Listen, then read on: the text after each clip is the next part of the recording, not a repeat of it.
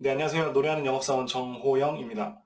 오늘은 카푸어 이해하기 2편, 제 카푸어 경험과 예비 카푸어 분들에게 드리는 조언을 말씀드리겠습니다. 자, 1편에서 말한 매니아형 카푸어라면 스스로도 웬만큼 잘 헤쳐나가시겠지만은 분명 힘든 순간이 많이 올 거예요. 제가 알려드릴 테니까 꼭 끝까지 시청해 주시면 감사하겠습니다. 자, 첫째로 부모님과의 충돌입니다. 이건 여러분이 부모님으로부터 경제적으로 완전히 독립한 상태가 아니라면은 무조건 올 수밖에 없습니다. 제가 29살에 첫 차를 샀을 때 서울에서 부모님 도움으로 투룸 전세에 살고 있었거든요. 이렇게 경제적 지원을 받고 있는 상태에서 무리하게 차를 사면은 당연히 혼날 수밖에 없습니다. 제가 첫 차를 사고 몰래 타고 다니다가 들켰을 때 거의 몇 달간 어머니랑 말도 하지 않았던 것 같아요. 그때 하필 명절 연휴가 있어가지고 집에 내려갔는데 어찌나 분위기가 냉랭하든지 온 가족이 밥을 먹어도 대화 한마디 없었어요. 참고로 제가 외동아들이거든요. 제가 분위기 메이커 역할을 해야 되는 입장이다 보니까 그러한 상황들이 엄청 힘들었었죠. 시간이 지나면서 부모님과의 사이는 다시 좋아졌지만은 꼭 기억하세요.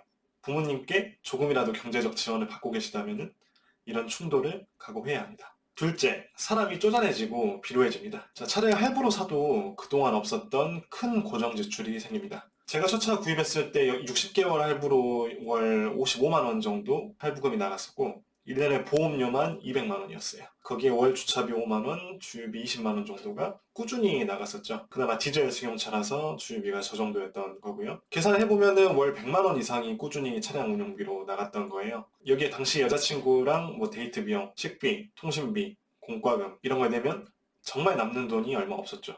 그래서 데이트를 할 때도 돈을 아끼려고 하게 되고 그러다 보면은 여자친구가 어디 가자 뭐 먹고 싶다 그러면 겉으로는 그래 가자 하고서도 속으로는 비쌀 텐데 돈도 별로 없는데 하면서 막 끙끙 앓게 돼요. 이런 게 티가 안 날까요? 나중에 분명 이것 때문에 싸우게 됩니다. 또 여유가 없으니까 자연스럽게 옷도 잘 안 사게 돼요. 저는 그나마 이제 술, 담배를 안 해서 그나마 좀 나은 편일 수도 있는데 그래서 최대한 무난한 옷들 몇 개를 계속 돌려 입게 돼요. 그래서 나쁘게 말하면 행색이 좀 초라해질 수도 있습니다. 자, 그리고 셋째로 돈 모으기가 굉장히 힘듭니다. 당연한 거죠. 자, 사회초년생이 거의 전액 할부로 차를 구입을 하게 되면 나름 아끼면서 산다고 해도 차에 들어가는 돈이 많기 때문에 뭐 연봉 3천만 원 정도라고 하면 월 100만 원 저축하기도 어려울 거예요. 제가 첫 차 샀을 때 연봉이 3천만 원이었고 당시 수령액이 월 220만 원 정도 아마 됐었거든요. 한 달에 저축했던 돈이 아마 6, 70만 원 정도에 불과했던 것 같아요. 그럼 1년에 1천만 원도 모으기가 힘든 거죠. 물론 이건 개개인의 소득에 따라서 달라지는 부분이니까 참고만 하시면 됩니다. 자, 이렇게만 살면 카푸어의 삶이라는 거는 정말 암울하다고밖에 할 수가 없어요.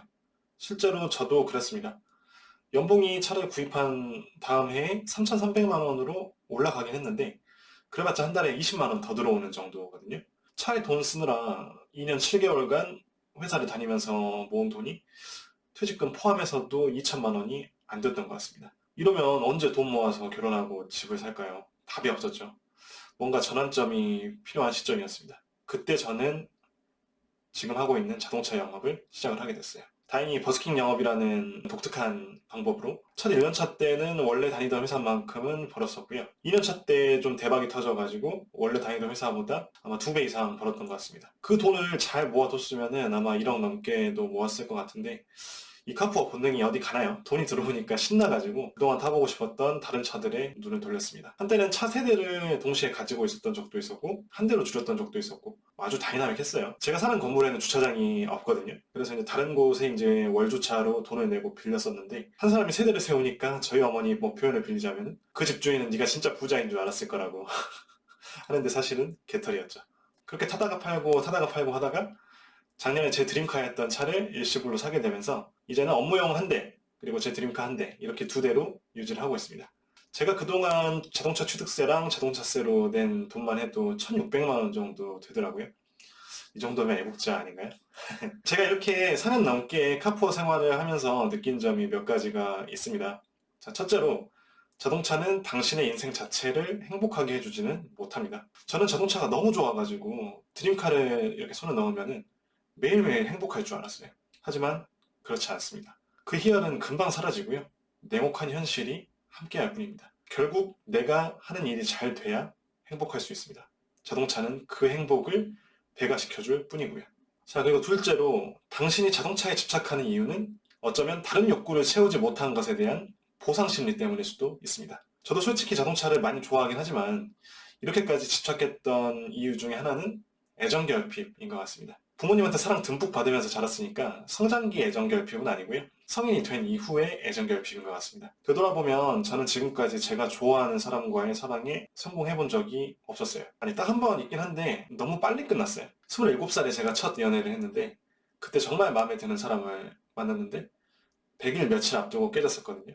그 이후에 연애를 몇 번 했지만 외로우니까 뭐 소개팅을 통해서 만난 사람과 어찌저찌 친해져가지고 연인 사이로 발전하게 되거나 저를 먼저 좋아해준 사람들만 만났었던 것 같습니다. 그래서 내가 좋아하는 사람을 만나고 싶어서 노력도 해봤지만은 번번이 실패하기만 했어요. 그렇다 보니까 더 이상 내 행복을 다른 사람을 통해 찾지 말자. 내가 좋아하는 걸 통해 찾자. 라는 성향이 강해졌고 그게 자동차에 대한 집착으로 나타난 것 같아요. 그래서 어쩌면 자동차가 아니라 여러분이 정말 원하지만 힘들고 어려워서 외면하고 있는 다른 무언가에서 성공하는 게 더 행복을 가져다 줄 수도 있어요. 뭐 저를 예로 든다면은 자동차를 사는 대신 미칠듯이 운동하고 옷차림에 신경 쓰고 사회적 센스를 길러가지고 내 이상형과의 연애에 성공을 했었다면 더 행복할 수도 있었을 거라고 생각합니다. 하지만 원했지만 해보지 못했던 것일수록 마냥 좋아 보이고 또 아쉬운 법이니까 그게 꼭 정답은 아닐 수도 있겠죠. 그래서 요지는 내 다른 욕구불만 때문에 자동차에서 행복을 대신 찾으려고 한다면 공허해질 수도 있고요. 그냥 그 욕구불만하고 정면 승부하는 게 나을 수도 있다는 뜻입니다. 어떤 게 나을지는 아무도 몰라요. 자, 마지막으로 가장 중요한 내용인데요. 바로 기회비용입니다. 자, 카푸어를 꿈꾸는 여러분들이라면은 이 돈을 차에 쓰지 않으면 어떤 걸 할 수 있을까라는 기회비용에 대한 고민을 반드시 해야 합니다.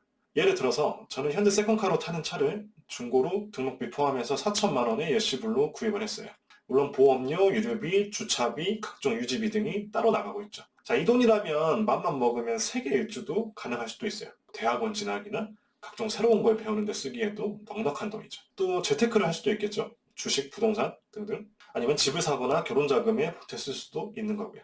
저는 차를 제일 갖고 싶었기에 차를 선택했지만은 그 돈이면 다른 많은 것들을 할 수 있다는 걸 잊으시면 안 됩니다. 자, 그래도 자동차를 선택하시겠다고요? 그러면 당신은 매니아형 카푸어로 인정받을 자격이 있습니다. 동지로서 환영합니다. 하지만 기억하세요. 평생 카푸어로 살 것이냐? 아니면 하루빨리 카푸어를 졸업하고 내가 좋아하는 차를 타면서 사회적으로도 인정받는 삶을 살 것이냐는 당신의 노력이 결정합니다. 평범한 차 타고 싶어가지고 카푸어 하겠다는 거 아니잖아요. 절대 대충 살지 마세요. 저절로 잘 풀리겠지 라고 생각하지도 마세요. 솔직히 저도 요즘은 많이 나태해졌는데요. 영업 1, 2년 차 때는 정말 주위에서 다들 놀랄 정도로 열심히 살았었습니다. 그래서 이제 더 이상 빚에 허덕이지도 않고 내가 좋아하는 차도 타면서 살 수 있게 됐어요. 여러분이 가진 능력을 어떻게 활용하고 개발하면 사회에서 쓸모있는 존재가 될 수 있을까? 남들과 차별화를 할 수 있을까? 이거를 항상 고민하시고 실행을 하셔야 됩니다. 저도 기타를 열심히 쳤던 게 이렇게 버스킹 영업으로 좋은 성과를 가져다 줄지는 몰랐거든요. 인생이 그렇게 보면 참 재밌습니다. 이상 제 카푸어 경험과 그걸 바탕으로 예비 카푸어 여러분들에게 조언도 몇 가지 드려봤습니다. 카푸어의 길에 들어서기는 굉장히 쉽습니다. 하지만 카푸어를 졸업하는 건 결코 쉽지가 않습니다. 여러분의 젊음과 능력으로 당당히 도전하셔가지고 이왕 카푸어 할 거라면 내가 사랑하는 자동차도 끝까지 지키고 사회적으로도 성공하는 여러분이 되셨으면 좋겠습니다. 저도 열심히 살겠습니다. 이상 노래하는 영업사원 정호영이었습니다. 감사합니다.